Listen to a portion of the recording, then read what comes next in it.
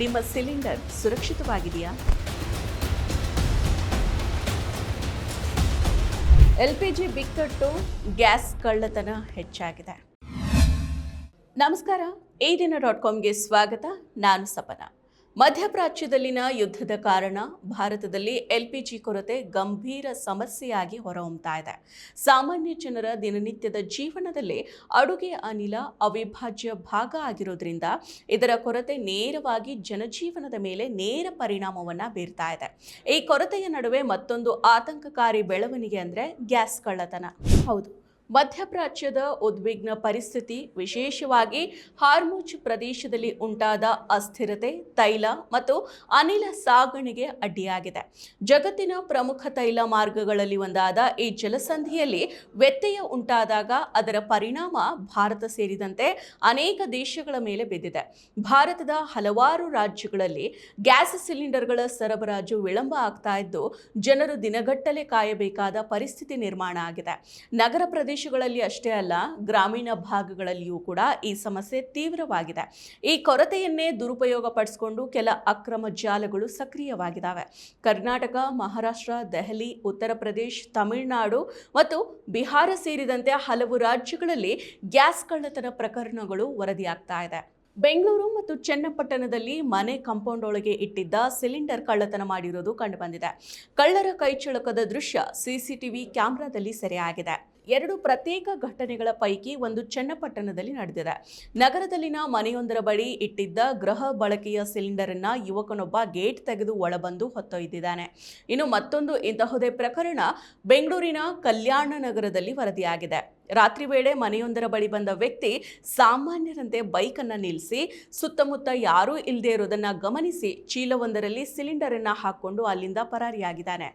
ಇನ್ನು ಬೀಗ ಹಾಕಿದ ಮನೆಗೆ ಕಳ್ಳನೊಬ್ಬ ನುಗ್ಗಿ ಚಿನ್ನ ಬೆಳ್ಳಿ ಜೊತೆಗೆ ಎಲ್‌ಪಿಜಿ ಸಿಲಿಂಡರ್ ಕೂಡ ಕಳುವು ಮಾಡಿರೋ ಘಟನೆ ಮಧ್ಯಪ್ರದೇಶದ ಶಿವಪುರಿ ಜಿಲ್ಲೆಯಲ್ಲಿ ನಡೆದಿದೆ. ಸಿಸಿಟಿವಿಯಲ್ಲಿ ಈ ದೃಶ್ಯ ಸೆರೆಯಾಗಿದ್ದು ಸದ್ಯ ಸಾಮಾಜಿಕ ಮಾಧ್ಯಮದಲ್ಲಿ ವಿಡಿಯೋ ಹರಿದಾಡ್ತಾ ಇದೆ.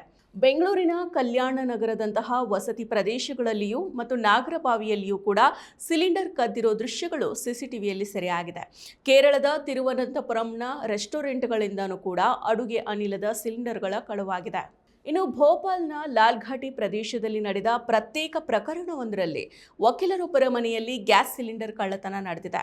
ಮೋಟಾರ್ ಸೈಕಲ್ನಲ್ಲಿ ಬಂದ 3 ಅಪರಿಚಿತ ವ್ಯಕ್ತಿಗಳು ಮನೆಯ ಪಾರ್ಕಿಂಗ್ ಪ್ರದೇಶದಲ್ಲಿ 4 ಖಾಲಿ ಸಿಲಿಂಡರ್ಗಳನ್ನು ಕದ್ದೊಯ್ದಿದ್ದಾರೆ ಅಂತ ಆರೋಪ ಮಾಡಲಾಗಿದೆ. ಇನ್ನು ರಾಮನಗರ ಜಿಲ್ಲೆಯ ಬನ್ನಿಕುಪ್ಪೆ ಗ್ರಾಮದಲ್ಲಿ ಮನೆ ಮುಂದೆ ನಿಲ್ಲಿಸಿದ ಗ್ಯಾಸ್ ಸರಬರಾಜು ವಾಹನದಿಂದ ಸಿಲಿಂಡರ್ ಕಳ್ಳತನ ಮಾಡಿದ್ದ 2 ಆರೋಪಿಗಳನ್ನು ಬಿಡದಿ ಪೊಲೀಸರು ಬಂಧನ ಮಾಡಿದ್ದಾರೆ. ಬಂಧಿತರಿಂದ 8 ಗ್ಯಾಸ್ ಸಿಲಿಂಡರ್ಗಳು ಮತ್ತು ಕೃತ್ಯಕ್ಕೆ ಬಳಸಿದ ಬೈಕ್ ಅನ್ನು ವಶಪಡಿಸಿಕೊಳ್ಳಲಾಗಿದೆ.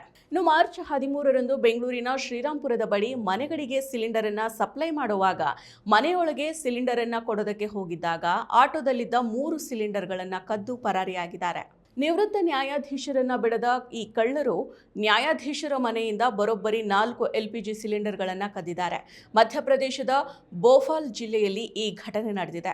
ಸಿಲಿಂಡರ್ ಕಳ್ಳತನದ ದೃಶ್ಯ ಸಿಸಿಟಿವಿ ಕ್ಯಾಮೆರಾದಲ್ಲಿ ಸೆರೆಯಾಗಿದೆ.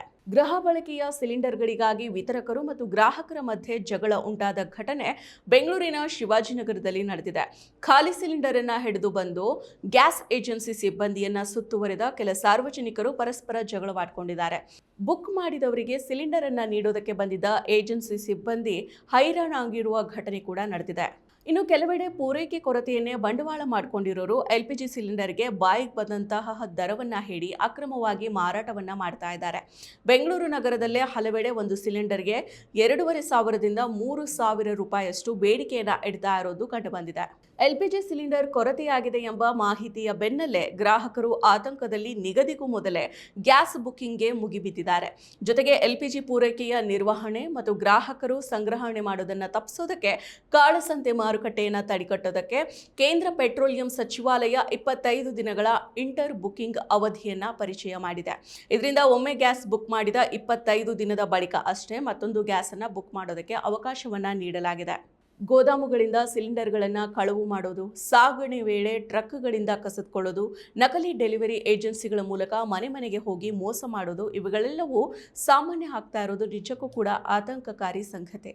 ಇದಲ್ಲದೆ ಗೃಹ ಬಳಕೆಗೆ ನೀಡೋ ಸಬ್ಸಿಡಿ ಸಿಲಿಂಡರ್ಗಳನ್ನು ಕಳ್ಳತನ ಮಾಡಿ ವಾಣಿಜ್ಯ ಉದ್ದೇಶಗಳಿಗೆ ಬಳಸಲಾಗ್ತಾ ಇದೆ. ಹೋಟೆಲ್ಗಳು ಮತ್ತು ಸಣ್ಣ ಉದ್ಯಮಗಳಿಗೆ ಹೆಚ್ಚು ಬೆಲೆಗೆ ಮಾರಾಟ ಮಾಡುವ ಮೂಲಕ ಕಾಳಸಂತೆ ಬೆಳೀತಾ ಇದೆ. ಇದರ ಪರಿಣಾಮವಾಗಿ ನಿಜವಾಗಿ ಅಗತ್ಯ ಇರೋ ಸಾಮಾನ್ಯ ಜನರಿಗೆ ಗ್ಯಾಸ್ ಲಭ್ಯ ಆಗೋದಿಲ್ಲ. ಸರ್ಕಾರ ಈ ಸಮಸ್ಯೆಯನ್ನು ನಿಯಂತ್ರಿಸೋದಕ್ಕೆ ಕ್ರಮಗಳನ್ನು ಕೈಗೊಳ್ಳೋದು ಅಗತ್ಯ ಇದೆ. ಜನರು ಕೂಡ ಜಾಗೃತರಾಗಿರಬೇಕು. ಅಧಿಕೃತ ಡೆಲಿವರಿ ಸಿಬ್ಬಂದಿಯಿಂದ ಮಾತ್ರ ಸಿಲಿಂಡರನ್ನು ಸ್ವೀಕರಿಸೋದು, ರಸೀದಿಯನ್ನು ಪಡೆಯೋದು ಮತ್ತು ಅನುಮಾನಾಸ್ಪದ ಚಟುವಟಿಕೆಗಳನ್ನು ತಕ್ಷಣ ತಿಳಿಸೋದು ಮುಖ್ಯ. ಕಾಳಸಂತೆಯಿಂದ ಗ್ಯಾಸ್ ಅನ್ನು ಖರೀದಿ ಮಾಡದೆ ಇರೋದು ಕೂಡ ಅಷ್ಟೇ ಮುಖ್ಯ. ಒಟ್ಟಿನಲ್ಲಿ ಹೇಳಬೇಕು ಅಂದ್ರೆ LPG ಕೊರತೆ ಮತ್ತು ಗ್ಯಾಸ್ ಕಳ್ಳತನ ಕೇವಲ ಆರ್ಥಿಕ ಸಮಸ್ಯೆ ಅಲ್ಲ, ಇದು ಸಾಮಾಜಿಕ ಮತ್ತು ಆಡಳಿತಾತ್ಮಕ ಸವಾಲಾಗಿದೆ.